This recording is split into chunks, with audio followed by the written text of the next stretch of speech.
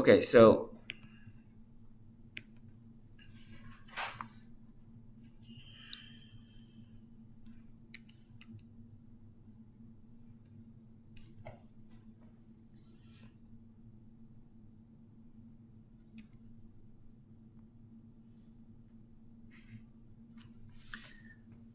for the question number 1, right?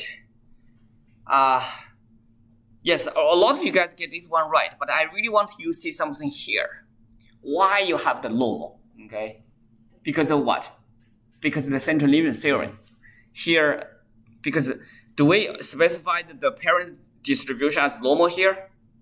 No, right? Because we say it's a random variable with the mean and standard deviation.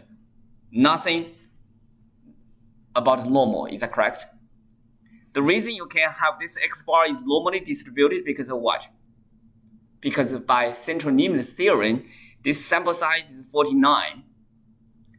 That's because you can use the normality. Please say something behind, okay?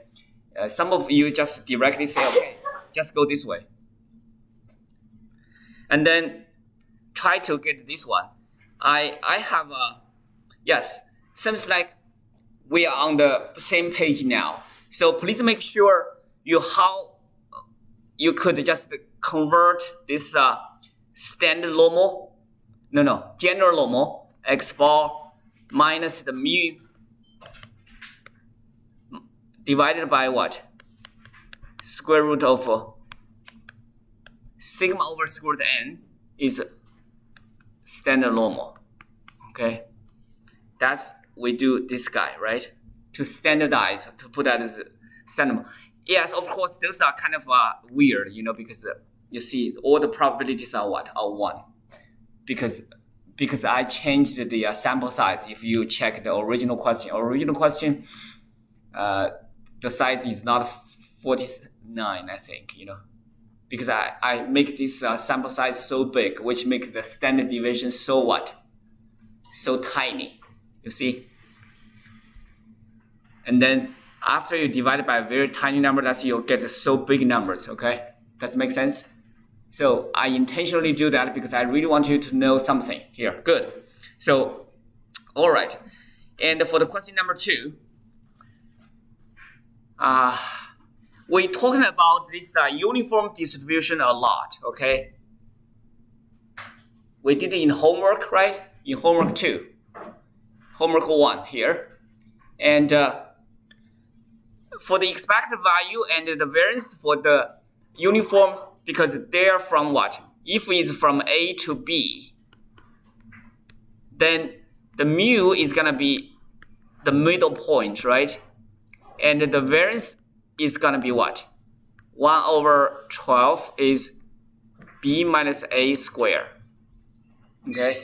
Here is the same thing as this way.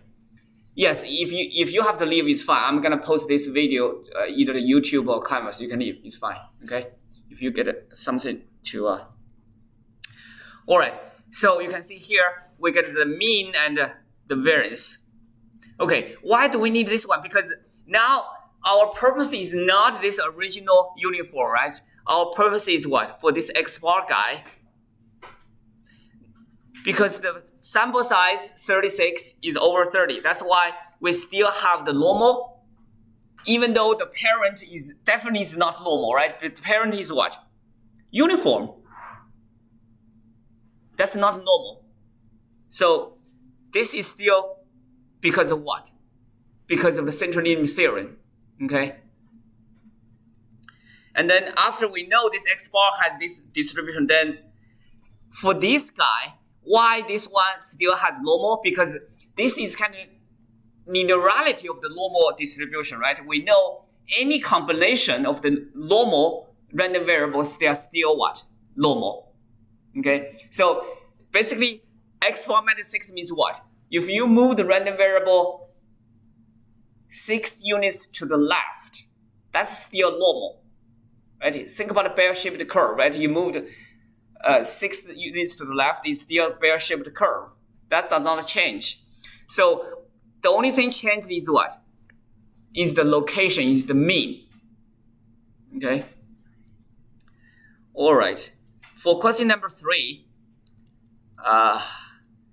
so this is for the mean difference thing, is still normal, okay?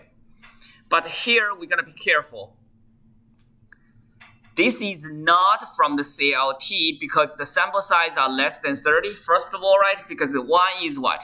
16, the other one is 9. Do not satisfy the size condition, okay? But why we still can use normal? Anybody knows that?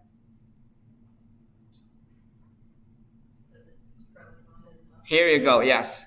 Because they are from what? They are very lucky. They have a normal parent. That's the thing.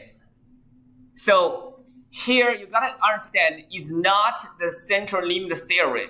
Is because of what? Because from the normality, as long as they are independent, right? Where? Should have the exact normal because both are from normal families. Okay? That's the very good and nice property for normality. Okay, and then based on that, we can calculate the probabilities. Okay. All right. And this one seems like okay. Okay, so the only thing I want to say is about this this bonus. Several of you did give me the R code, but I. Please, some of you are already made the comment. Email me your code, right? And then I will decide whether you can get this bonus or not. All right. But now you have the code, okay? Try. At least you need to run it. Make sure what is going on there. And this one is okay. Okay, it seems like we got nothing to say. The only thing I want to say is the last one. What is the estimate for the mu, right? Population mean. Of course, is the sample mean. This guy here. Okay, I really want to say something about this 6 thing. What do we mean by unbiased here? We need to take the expected value equals what? Mu. Expected value equals mu. Do not say x1 bar equals mu. x2 bar equals mu. Those are what? Not valid. Okay? You cannot let these two equations equal, right? Because one is a random variable on the left hand side, x1 bar, x2 bar. Mu is what? Is a constant. Please keep this in mind. Also, to get the variance of that, why you get this guy? This is very important because we have what? We could take this 1 over n, 2n out, and then we have the variance of xi. I goes from 1 to 2n. Okay, so here, each individual xi they have the same variance as sigma square. That's why you have how many sigma squares? 2n sigma squares. That's why you end up with, you get 1, 2n canceled out. You have another 2n left. So similarly for this one. Now you can see why this x1 is better because both are unbiased, but the variance 1 is what? Smaller. Okay? That's why it's better. Okay, for the p, yes, we have something here. So why this one is the same? Because we know this x is binomial, n and p. So expected value of x is gonna be what? np. Variance of x is gonna be np times 1 minus p. Okay? This is from what? Binomial distribution. Now you see why this one equals that, because here equals expected value divided by what? By n. But for variance is what? Variance of x over n is going to be 1 over n squared variance x. So you have gets cancelled. That's why you get what? Yes, you can leave, because some of you did really well, That's how you take a square root of this guy. Okay, and then how to estimate the standard error in part 2, right? Because you have a formula for p, you just plug in what you're gonna get as this little p in it, right? That's how you get standard errors.